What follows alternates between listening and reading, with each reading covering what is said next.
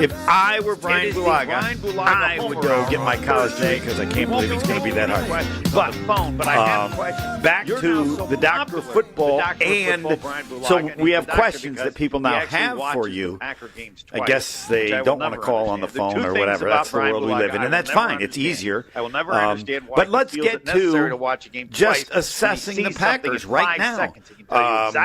Feel like good things or what? How do you view it? And I ask you this as a player, because I'm guessing when you were a player, all I would worry about was if somebody to take my job.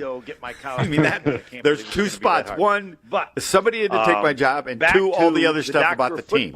Am I right about that theory? We have questions that people now Yeah, I mean, I think the first thing is, I guess they don't want to call on the phone. You know, free agency opens up. I think the first thing guys normally look at is, like you said, who they bring in is that impacting my job specifically. And if the answer is no to that, how do you view it? Then you look I ask you this as a player, because I'm guessing when you were a player, all I would worry about was if somebody been to take my job.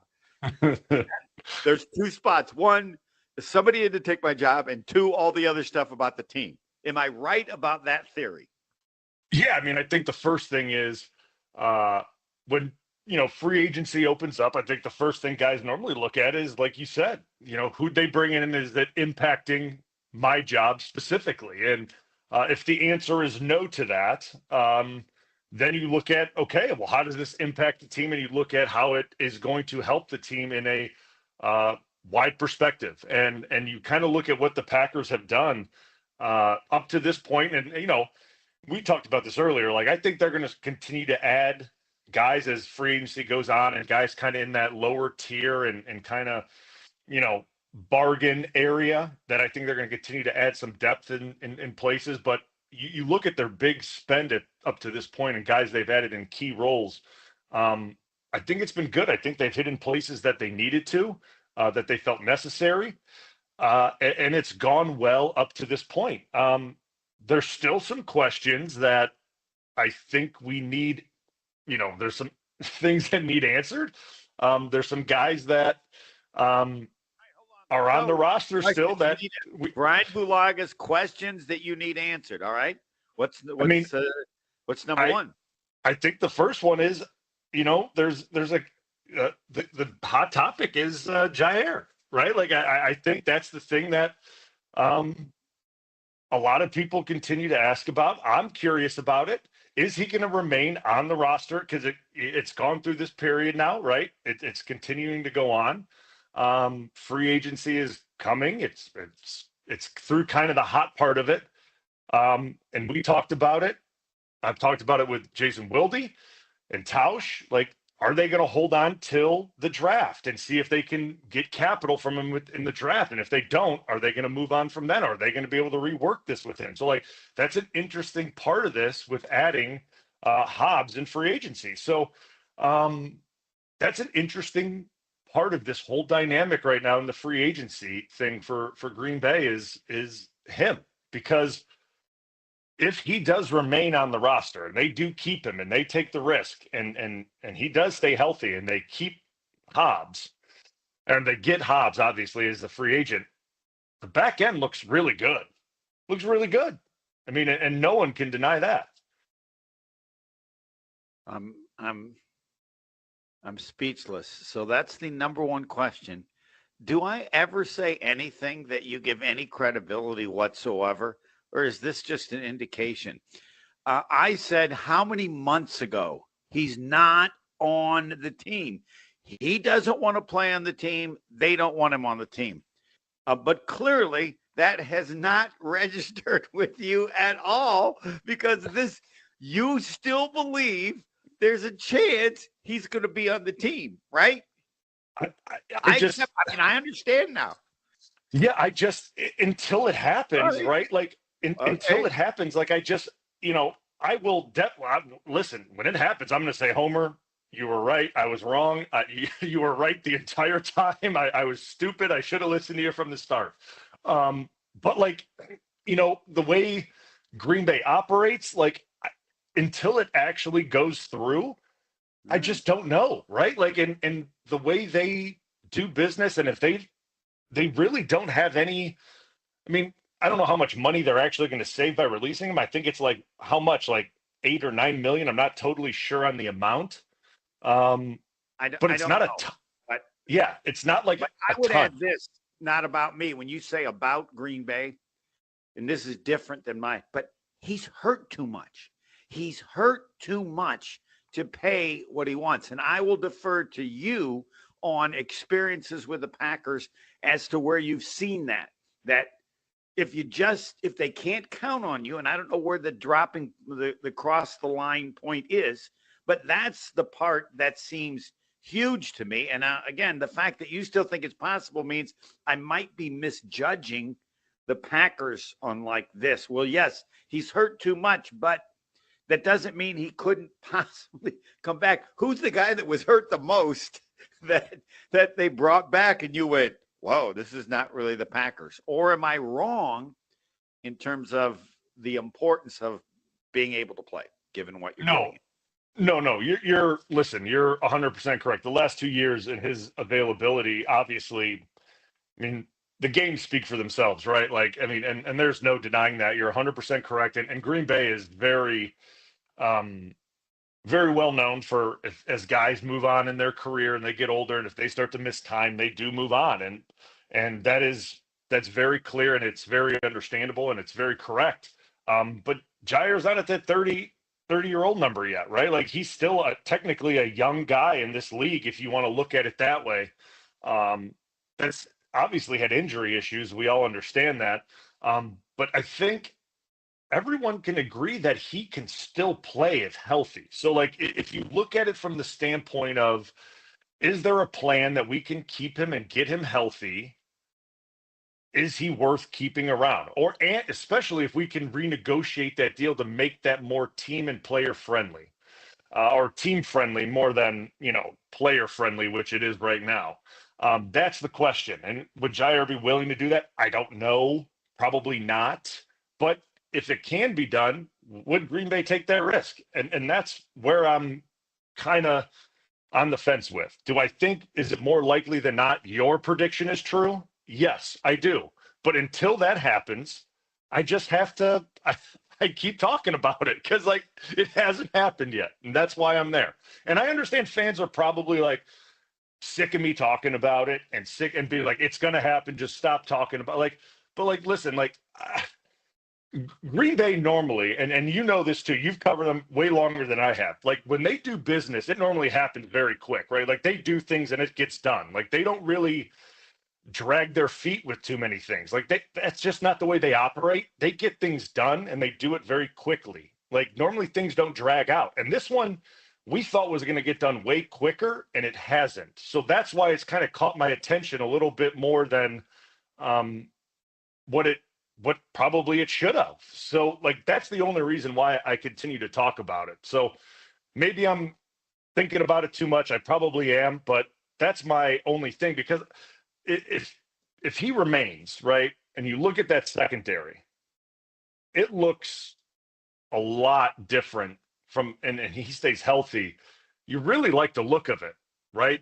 Him, Hobbs, McKinney, all those young players, like, it looks pretty good. I'm just saying. No, I would agree with you. Now, since I've gotten over the fact that you don't care what I say, I've moved on because I get it now. And what you are saying, maybe I figured this out. Bringing Jaire back, if they do, improves the team more than anything else that we're talking about or that could occur. For example, the name Cooper Kupp has come up. If Jaire comes back, that helps the team, and this is how I'm analyzing what you say, way more than Cooper Kupp. So the most important thing left seems to be, unless they would do something off the charts like Henderson, would be if Jaire comes back. Because even injured, the quality that he can play when he plays improves the team more than anything they're likely going to do at a position. Right? Yeah, I mean, that's you kind know of how good he is.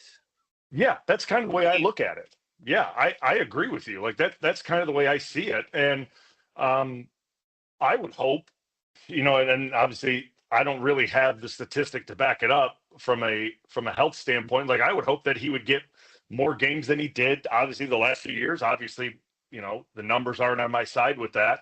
But if you're able to get a full or close to a full amount of games out of him and he's able to play the way he's normally able to play, I mean, you're talking about a really dynamic secondary. Then if you were to go out and get a wide receiver or something like that, I mean, to have a really good corner is a bigger impact, in my opinion, than maybe a second or third wide out. You know what I mean? Like, at least in my opinion. Now, I'm not saying Cooper Kupp's not a good receiver or a good option, but if we're looking at, which one probably makes a bigger impact if healthy, right? Because Cooper Kupp's had his issues as well. If we're looking at this thing from a health standpoint, right? Like, I think there's been issues on both sides. Which one makes a bigger impact if healthy? And I think if it's me, if I'm taking a shot at it, I would say Jaire, if he's healthy, makes a bigger impact. But I'm sure there's quarterbacks that would say. I think we should do the Discount Liquor Twitter poll question. Would you like Jaire Alexander to, or maybe I would say this, are you willing to take a gamble on bringing Jaire Alexander back? That'll be the question, yes or no, because I think gamble is the right word, not about ability, but about injury. And also, I think whether or not, because I've said if I was Jaire, this is probably influencing. There's no way I'm ever playing for the Packers again. The way you treated me and the way you presented me, no. And I got to move on. I want to go somewhere else. But, I mean, people can move on when they feel like they have been mistreated, just like I did 2 minutes ago. So maybe he would come back. But I would say this. I'm willing to gamble on him. Yeah. And I'm not even saying he's a starter. I'm saying he can play some games, not play games. There are times when he can be put on someone. You don't have an option on this team that would be that good. Even if it's for just a couple of games, even if it's for just one, even if it's when you play the Vikings. Take it from there. I don't know. Yeah, I mean, but that's the thing. Like, he's so good at what he does that, like, that's what he's made for these big one-on-one matchups against these premier wide receivers. Like, that's what he is so good at. And availability obviously is the biggest thing. And that's what a lot of people are going to continue to say. Like, that's why we don't want to risk it and we can use that money elsewhere. But at the end of the day, like, who are you going to bring in with that money to supplement that? Because if you do bring in somebody, right, and you say you bring in a corner and you pay that guy $4 or $5 million or $6 million, and he ends up not playing well, you're going to go, well, I mean, why is this guy on the field? Why are we playing him? We should, what's the point of even having him out there when you could have just potentially just paid Jaire what it was, right? And I get it. You're worried about the health issues, and say he only plays 10, 11 games, but you get high level of play, and then you get him in the playoffs. I mean, it ends up paying off. So to have him against these big time wide receivers, which we now know the NFC North is full of, unfortunately, the NFC North is full of big time wide receivers. You need corners that can step up to the plate against these type of receivers. And Jaire is that. So to me, as long as he's still on the roster, I feel like there's something happening there that we don't know about yet. And then until he's gone, I'm still going to be thinking about what's being thought up at 1265 regarding his future. I think, I've always said that I thought I could be Aaron Rodgers' quarterback coach, but I want to emphasize, I think any human on earth could be Aaron Rodgers' quarterback coach. You just come in each day and go, can I get you coffee? What would you like to eat? Do your laundry, whatever. Well, what about the quarterback? You do whatever you think is best. Yeah. That's the easiest job in the world. But as general manager, I don't know that I could handle it. It would depend on if I could hire good people under me. But if I was general manager of the Packers, as far as Jaire Alexander, I have to do only one thing. I bring Xavier McKinney in, and I say, do you want Jaire on the team? You're asking me? Yeah. If you want Jaire on the team, Jaire's staying on the team. You don't want him on the team, between you and me, then we'll move on. I think that much of McKinney and think that would give you the idea. And privately, I'm guessing, am I correct that privately, or do players always defend players? Or do you think in that situation you would get the truth privately out of Xavier McKinney? Obviously, I don't know the relationship between McKinney and Jaire to begin with. Could you tell the truth if they'd asked you about another offensive lineman privately to the general manager, or would you say that breaks the code of players? I don't think. I mean, it depends on if I thought a guy was good for the locker room or bad, right? Like if I thought a guy was really bad for the locker room or bad for the team, I'd be honest about it, right? Like it's one of those things that you have to be very careful with, because I've always said it, like if the guy's a really good player, right, and it straddles the line, he's really good, but then he does things that are bad for a locker room. Like you have to walk a careful line with how you manage that type of player, right? So like if you ever got asked that by a GM or someone higher up, like you have to be very careful with that, because if you lose a player like that, right, instead of trying to like speak to him and try to like, not totally manage him, but just try to reel it in a little bit, and you lose a player like that, it could impact the team significantly, like big time. Like you lose a guy like that, you let him go because, oh man, he acted up a little bit, or you couldn't get him under control just a little bit. I mean, the ramifications could be huge. So like you have to be very cautious about that. But when you have a guy like McKinney that seems like he has a very good pulse of the team, he's obviously very well respected. He's a leader. I would imagine that he would be pretty straightforward if asked that question. And whether or not he's good friends with Jaire or not, I don't know that, but I think he would be honest. But he also knows at the same time the talent level of Jaire, and if Jaire is healthy, he understands the ability that he would bring and what he could do positively for that defense. So he would probably be in that same boat of like, how do I approach that question, knowing the ability if available, but then also like not making myself like obviously liable. Say I say yes, and it's an awful thing. He'll never have any. I'll have no credit upstairs again. Like I'll have absolutely no credit. So like you have to be careful with that as a player. Like if a GM ever asks you a question like that. I actually thought I expect you to say, and I think a lot of it bases on how important a player you are. Like if you're just a guy, I would say, excuse me, you're the GM. All right, you got to do that stuff. I'm not going in that department. My job is just to keep getting a paycheck and keep playing for the Green Bay Packers. So I appreciate the offer, but I think I'll pass. I mentioned McKinney for all the reasons that you did, and I think McKinney might also say he didn't want to be here anymore, or some way to say it's. I don't. You would figure out a way to do it, but I would think there's a certain level. When you first came on the Packers and they asked you that, I know what you'd say. I'm not going there. I'm the wrong guy to ask. I would have literally been like, I think you're looking at someone behind me asking that question. You're certainly not asking me that question, is what I would have said. Like that, okay. You can't be asking me that. Like there's no way. Yeah, no. I mean, there was only probably one or two guys, if that happened, that got asked that question. And the one was the signal caller. And maybe one at the time would have been Charles when he was there. You know what I mean? Like, it's rare. We'll just put it that way. It's the exception. Yeah. All right, we're going to break, and then we'll get to the second quarter. The Brian Bulaga Homer Hour. No calls today, but we do have questions, and you can always send them to me, Homer at ESPNMilwaukee.com, or the talk and text line 1-800-990-3776. Second quarter next. It is the Brian Bulaga Homer Hour. And again, question sent to me.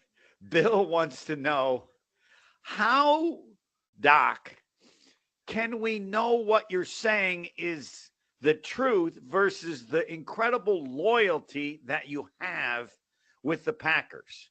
I'm not complaining. I just want to know how you handle all that. And I wish to say, great question. Can't wait for the answer. Yeah, I mean, listen, there's no doubt that I'm a fan of the team, and obviously they drafted me, and I'm all that. But I think the truth, and I think he's referring to like when I watch tape. Is that what he's referring to? I think. No, I can't speak for why. I think it's okay. Can you say negative things? I mean, it's what I've always thought about. How much negative things can you say? Because you're part of the family, and yet you want to help the fans with the truth. Yeah. How do you? Those things ever cross your mind? Now, I apologize to the caller, not the caller, the question, because I could be wrong on that. I'm just guessing they want to believe everything you say, but someone will go, well, wait, he played for the Packers, so you got to take that all with that as a mind. And I don't know if that enters it all or not. Of course, no. Like, and the thing is, like, I try to be as upfront and honest as I can about everything that I see, and that how I see it from my perspective. There's one thing that I will never do, because I was in those guys' shoes that are playing right now. I'm one thing that I won't do. I'm not tearing guys down, because I was in those shoes once, and that's not something that I like to do. So, like, if there's a bad game or there's a bad, like, I will, as you have noticed, and I've done before, I've criticized, I've said that was not good enough, that was bad, that was very, like I will say that, but I will not just absolutely tear apart individuals or things like that. Like, that's not my style. I mean, I will be critical, but I will not just completely rip guys apart. Now, maybe that's what people are looking for. That's not really my thing. But I think there's certain things that I will and won't do. But being truthful about what I see, I feel like that's something that I do every time that when I turn on tape, or I talk to you, or talk to Wildy, or talk to Tausch, or talk to whoever about the Packers. I feel like, whether it's positive or negative, being honest about it, whether it's good or bad, you just got to tell it like you see it. And you don't have to agree with the opinion, right? You don't have to think I'm right or whatever it may be. But I'm certainly not going to try to spin it a certain way to make you believe that it's good or whatever it is. Because, like, I mean, if it's clearly not something good, you're going to see right through it. So what's the point of me trying to spin it a certain way? I mean, it is what it is. So I try to be as upright and, and front telling as I can about everything that I see regarding the team when I come on. All right. Sue, as the doctor of all, what was the very best part about playing for the Green Bay Packers? Well, the very best part for me, obviously, was, the locker room and being around the guys and building those, friendships and memories with the group of guys that I got to be with for 10 years. You remember the game days, the running out on the Lambeau Field and all that. Like, that's all special stuff. And the Super Bowl's obviously, a lifetime memory. But it's the smaller things, right? Like the O-line meetings that you'd have fun in, and the locker room time. And like, it's the things that people don't really think about too much that, that guys remember more, right? Like, if you were to ask multiple players, like guys that have walked away from the game, like, what do you miss most? Do you miss going out there on Sunday and playing? Do you miss playing? A lot of them are going to say, yeah, I mean, Sundays were fun, but like, I mostly miss like being around the guys in the locker room and being in the meeting rooms and kind of, just being in the locker room. And because that's like where we spend most of our time. Like, it's not really on the field or in Lambeau Field. It's together in the meeting rooms and kind of doing that stuff. So it's those behind the scenes moments, so to speak, that I enjoyed most about my time as a Green Bay Packer and kind of building friendships and memories with the guys that I played with. And this is my follow-up to Sue. And Sue, sorry if this would, but you played somewhere else. So my follow-up is, what was the best part of playing in Green Bay for the Packers? And to me, to ask any player that, it's important that they were somewhere else, because how do you know other than maybe talking to other players? Yeah, I mean, I just think playing in Green Bay it's very unique. For one, like the small town vibe is awesome for families. For me personally, because like that's kind of how I grew up. So growing up in a smaller town and and getting to play in a city like that, where we talked about this a few shows ago, you're driving through a neighborhood and there's Lambeau Field, and it's it's pretty surreal. But everything is small town feel, like you get to everywhere in 10-15 minutes. It's a real college small town feel that everyone kind of rallies around the Green Bay Packers, and it's a really fun experience, and you don't get that in big cities. Like, you just don't. I mean, there's a lot of other things going on in LA and New York and Chicago, and things get mixed up in the wash and moved on, where in Green Bay it's all about one thing, right? It's all about the Packers, and you can feel it and it. So it's a unique experience, and I don't think there's anything like it. I mean, we talked about that a few shows ago, but there's nothing like it in sports. All right. We will get to other questions. I want to avoid the ones about Aaron Rodgers, but it's not possible. He's amazing. His ability to draw attention, and everybody just says, he's an egomaniac. I don't know. And all I know is it's incredible how it just seems to never end. I get the feeling when he's 50, we're going to do a show. If we're still doing a show, is Aaron coming back? Has he got just a little left still in his game? I guess when you're that good, that's what people say. We'll get to that in the third quarter. I want to mention Fisco Auto Body. I tell you about them because they're so good. Everybody needs an auto body place, and you need one so you never have to worry about it when something like that happens. It's a pain. No problem. Just give Fisco a call. They'll take care of it. Fisco Auto Body on Forest Home in Franklin. Don't give the address in that. Family business, owned since 1931, still with the family. It's not what they do, it's who they are. The generations keep following in the same line, so they're so good. Expert workmanship, guaranteed for the life of your vehicle. That's why they can say that. Again, Fisco on Forest Home in Franklin. Fisco. So you can remember the name. Yep. Aaron Rodgers next.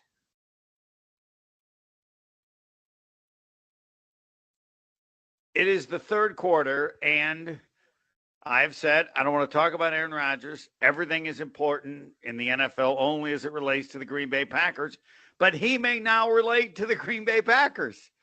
How many teams are there in the NFL? The same number as might be interested in Aaron Rodgers. It's probably not true, but it feels like it. I mean, now I just pick your team. Any team that needs a quarterback, Aaron Rodgers' name comes up. This is the Brian Bulaga Homer Hour. So, Doctor of Football, I want to know all that you think when you follow all the stories or hear all the stories. You can't avoid them, and they're not made up. No, like this morning, I was looking at everything, and it's like, is it now the Giants? Is it the Steelers? I thought it was going to be the Steelers a few days ago, but it's not, or it hasn't gotten done. I mean, then I read some article that are the Vikings again interested in, there's something always floating around and happening that I don't know what's going on. And the thing is, he hasn't said a word. Like, he hasn't said a thing. Like, he hasn't said a peep. So that's the crazy part about it is, people could be saying he's this and that, but the guy hasn't said a single word. He's just been he's probably out in California working out, training, and hasn't said a word. And all this is going on, and who knows where. I mean, I thought the thing that Pittsburgh was going to be done Tuesday, right? Like, I thought that was going to be a done deal by Tuesday, and it hasn't been. So I have no idea where this is going to end up. Like, you would think, or I would think, there'd be no way he would go back to the Giants. He just left the Jets. There'd be no way he'd go back into that stadium and do that again. Like, I just think there'd be no way. I think he would try, go somewhere different and kind of get away from that. Your club, that community. There's a, you're the Giants or the Jets, but in some ways it's very similar. All the aspects of to it, where you live and all that kind of stuff. Yeah, I would have down check, done that. Yep. There would be no way. I'd be going staying there. But anyway. But like, it's just like, I don't know. I mean, like we said it the last time we talked. I think obviously the best fit is Minnesota. Minnesota is the best fit. It's the best team. It's got the best weapons. It's got the best offensive line. It's got, to me, a great coach. It's got a good defense. So if you put Aaron Rodgers on that team with those receivers, that running back, that offensive line, that defense, that's going to be tough. That's going to be really tough because you get Aaron throwing the ball to Addison and Jefferson and the tight end, the Iowa tight end. And Aaron Jones in the backfield, man. Oh, good luck. Like, seriously, like, good luck. Like, that is really, really dynamic stuff. So that's the best fit. But, like, I don't know if that's going to happen. Like, I have no idea if that's going to happen. Daniel Jones is gone, right? So now they only have J.J. McCarthy left. So who knows? Like, whether this thing's going to get wrapped up and done and be in Pittsburgh or, like, this whole thing's a carousel. And I'm just waiting for it to stop, man. I mean, it's going to be exciting when it does. I would pick, and I've said Pittsburgh, but I think there's no question Minnesota's the best. I also think it's a dome. I think he benefits from being indoors, given the numbers. Plus, I think it's easy for Minnesota to say, and this is 1 year. Like, they could go with the quarterback they have, but he's coming from injury. They've seen the benefit of resting a little bit, and he's going to watch. Rodgers, and they can say, look at what about the risk of Rodgers getting hurt? He's old. Fine. Then he gets hurt. Then we go with the kid. I mean, it doesn't mean the kid couldn't play. It means that there's a benefit for him to wait. But yeah, Rodgers understands the dynamics of everything. But I don't know the attitude of the Vikings. The other attitude could be, this is stupid. We're not entering that world. Let's just play the kid. We believe in the kid. He's healthy. Let's go. It's not like he hasn't already sat out. Correct. He's already. I mean, technically, he's had his year, right? That he sat out. And he's certainly seen it done well. You can't say, well, it'll be different watching Rodgers. I don't think so. I think he knows the offense better than Rodgers does, at least for now. But yes, so I have not changed. But if there's the possibility, and it would seem that there is, then Aaron Rodgers becomes a huge story if he plays for the Vikings, whatever the percentage chance is. And I love what you said. He said nothing. And this part, I'm certain, because I've only lived it once, but I was amused by what people said about my situation, acting like they knew what was going on. And it was comical how inaccurate the stuff was. And I started thinking, how do you come up with that? And that's one of a millionth of what Rodgers, and I can see him just loving, going, wow, that's good. Oh, that's unreal. Wow. Because it's not going to affect how he feels about himself or how he thinks his friends feel about him or what the teammates think as far as what the team might want him. But just, wow, where did they come up with that?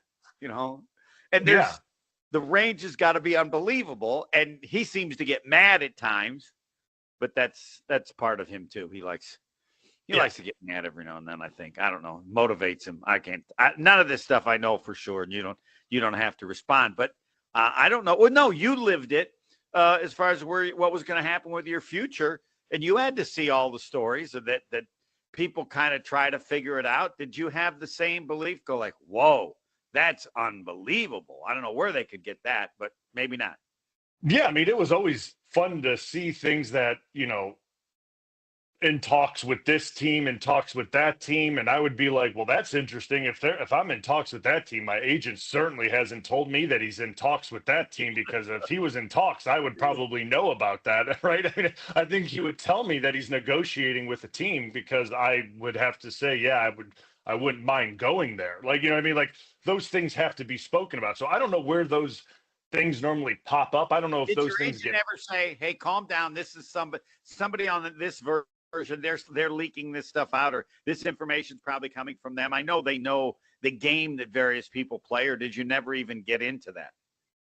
No, my first negotiation, my first time, going through it after 2014. I did, because I was really nervous about it. It was my first free agency. So like, yeah, they had to talk me through some things, because like there were reports coming out everywhere, stuff about Buffalo, stuff about a bunch of different places. And I was like, where is this stuff like coming from? Like, what's going on? And they're like, listen, there's going to be stuff coming from everywhere. Just don't worry about it. Like, we'll let you know who we're talking to, when we're talking to them. And if you would like for us to explore it, we'll ask you, and you tell us yes or no. I'm like, all right. Well, so where the stuff comes from, it could be other agents, it could be, people inside other buildings leaking stuff, trying to start stuff. So, I mean, who really knows exactly where it comes from, to be honest. But yeah, I mean, there's so much in my situation compared to, like, say, Aaron's is so like minuscule. I mean, the stuff that comes out about him every single day, you're right. He probably looks at it and laughs about it, because like, I'm sure, tomorrow morning, unless he signs with the team today or tonight, will be like 10 more different articles about rumors of where he could go. Right. Like, it'll be something completely different tomorrow morning. And it's like, well, where's all this stuff coming from? I mean, and it's just, as time passes, more rumors build and build and build, and who knows? But he's funny like that, because I don't know if he gets mad, or I just think he likes to kind of, poke at the bear. He likes to poke at the media a little bit when they write stuff, and he likes to kind of jab back, because I think, he feels, I mean, at least to me, it looks like he thinks people are taking jabs at him. So he likes to jab back a little bit. And I think it's fun for him. And I mean, you look at the McAfee show. That's a perfect example of what he does and goes on there and does. You know what I mean? Like, that's his opportunity to take jabs back, and he does, and he loves it. He enjoys it. Like, that's why he continues to do it. It's probably the only time I watch that program is when he goes on, because it's so funny to me. Now I have a request, okay, because I would like, on the Brian Bulaga, it won't be the Brian Bulaga Homer Hour, it'll be the Brian Bulaga Hour, for you to do an interview with Aaron Rodgers. I will not be on the show. I will not have anything to do with the show, just for you to talk to him, however long you want to talk to him. So I don't know if you have any interest in doing that. This is not meant for this week, this month. But at some point, you'll have interaction, say, Homer, and he'll go, who?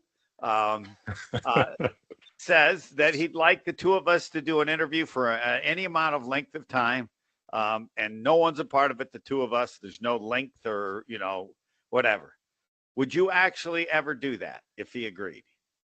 Oh, I'd love to interview him. I mean, and I would love to do it. I would love to do it with him, because he is the thing for me with him. Like, I mean, obviously I've said it a bunch. He's brilliant, right? Like, I mean, he is such a smart guy. So like, I know the conversation and the interview and whatever you talk about would be shifting in different directions instantly. Like, it would not stay on topic for long. Different directions instantly. Yeah. No one has ever put it nicer. Yeah, like, it would be going in different directions instant. Like, you could not stay on a topic with him, because he would drive it where he wants it to go, and he would do it so subtly, because he's just very good at it, right? Like, so he would be interviewing you essentially and driving the situation, and that's just how he's like that. But like, that's when you're interacting with them, even as, we did an O-line dinners, right? And you would hang out with them there. It was the same thing. Like, it was the same way. And that's just how he is, though. I mean, it's same old, same old. Right. I asked that because I'm not sure everybody wants to go there. Where it's like, it'd be nice. I just don't want to go through that because all that involves how he does things. Like, hey, it's just, it's fun to do. We've done it, but I don't want to have to go through that again. But I thought anyway. So it's out there, and whenever you talk to him, I get to take the day off. You can say you refuse to believe that Homer will shut up, but Homer will not even be there. Put it in charge of Pebble, and he can take it from there. All right, we're going to get the fourth quarter in just a second. Saganiac Planning, a name synonymous with employee benefits and top-notch service. And I've finally got it figured out the best way to talk about them. And again, they've been doing it well for over 50 years. The confusing parts of employee benefits, not when you do it well for over 50 years. That's one of the reasons Saganiac Planning is so good. And they've added this as well. Small enough to handle your needs with special attention and large enough to have the clout to make it happen. Yes, I think you have to be big enough so that when Saganiac Planning deals with these big companies, they respect them because they know how many people Saganiac Planning represents. They got to be large enough. But you don't want to be too large that they can't take care of you because they got so many people they represent. Small enough to handle your needs with special attention and large enough to have the clout to make it happen. Again, Saganiac Planning, remember 783-262-783, Roger Maris, 6161. We haven't found something better than Roger Maris, and even though he hit 61 home runs in 1961, and yes, that's a long time ago. You got a better 61, let me know. But right now, that's it for Saganiac Planning, 262-783, Roger Maris, 6161. The fourth quarter, the Brian Bulaga Homer Hour, next. The fourth quarter, the Brian Bulaga Homer Hour. I got one more question for him here because we're hard to believe we're running late. Holtebeck Eye Center, Dr. Aaron Holtebeck, just understand he spent all this time being better, and now he wants to be even better than better. So Dr. Aaron Holtebeck, Brookfield office, they make vision care a top priority with the latest technologies at their state-of-the-art office. He does everything well. He's been helping local patients with their eye care needs for over 20 years. And then he said, no, I got to get better. I got to have experts in all these different areas to make sure that I can take care of everyone, whatever the age, whatever the issue. So he added Dr. Nausheen Abbas. Don't mess with your vision. Trust the experts from the Holtebeck Eye Center in Brookfield near the corner of Calhoun and Capitol. Whatever your situation, whatever your age, they got an expert for it. Learn more about their services, holtebeck.com. The Brian Bulaga Homer Hour. We're just about out of time, but I've been now in this trying to figure out, I want to be positive about the Packers, but I really just think there isn't anything special that makes me think they're going to get to the NFC Championship or get to the Super Bowl. And then I realize of all the discussion about this, the most positive thing people should have about the Packers and Goody is his draft. He's been so good the last couple of years. And even if you don't like what's done, there's a reason to believe that he can do kind of what Philly did last year. They had to improve even as good as they were. So they draft 2 cornerbacks and then they get an unknown free agent who played at Wisconsin. I think Goody's strength the last couple of years has been the draft. What creates the highest level of positive thought about the Packers for you? Maybe it's not Goody. I always think it's about the quality of the players on the team. Take it away, Doc. Yep. Well, I mean, it has to do with Goody and the players. I think he's brought in a few good players from free agency, obviously, but we'll see how that plays out. So I think he's brought in quality players. And then the draft, it all comes back to that as well. Like if he's able to bring in quality guys like he did last year and the year prior, right? And these guys are able to make impacts like the guys did last year, that boosts the team immediately, right? You get impact from that right away. And those guys are able to come in and be impact players and contribute immediately. I mean, that helps the success of the team right away. And guys are able to, make their marks instantly. So like, I think the draft and how this team plays this year and how far they can go is enormous. Because if we're going to rely on youth, draft picks have to be ready to play. That's just the bottom line of it. So like all these picks matter for sure. and how much better Cooper and Williams and some of the receivers.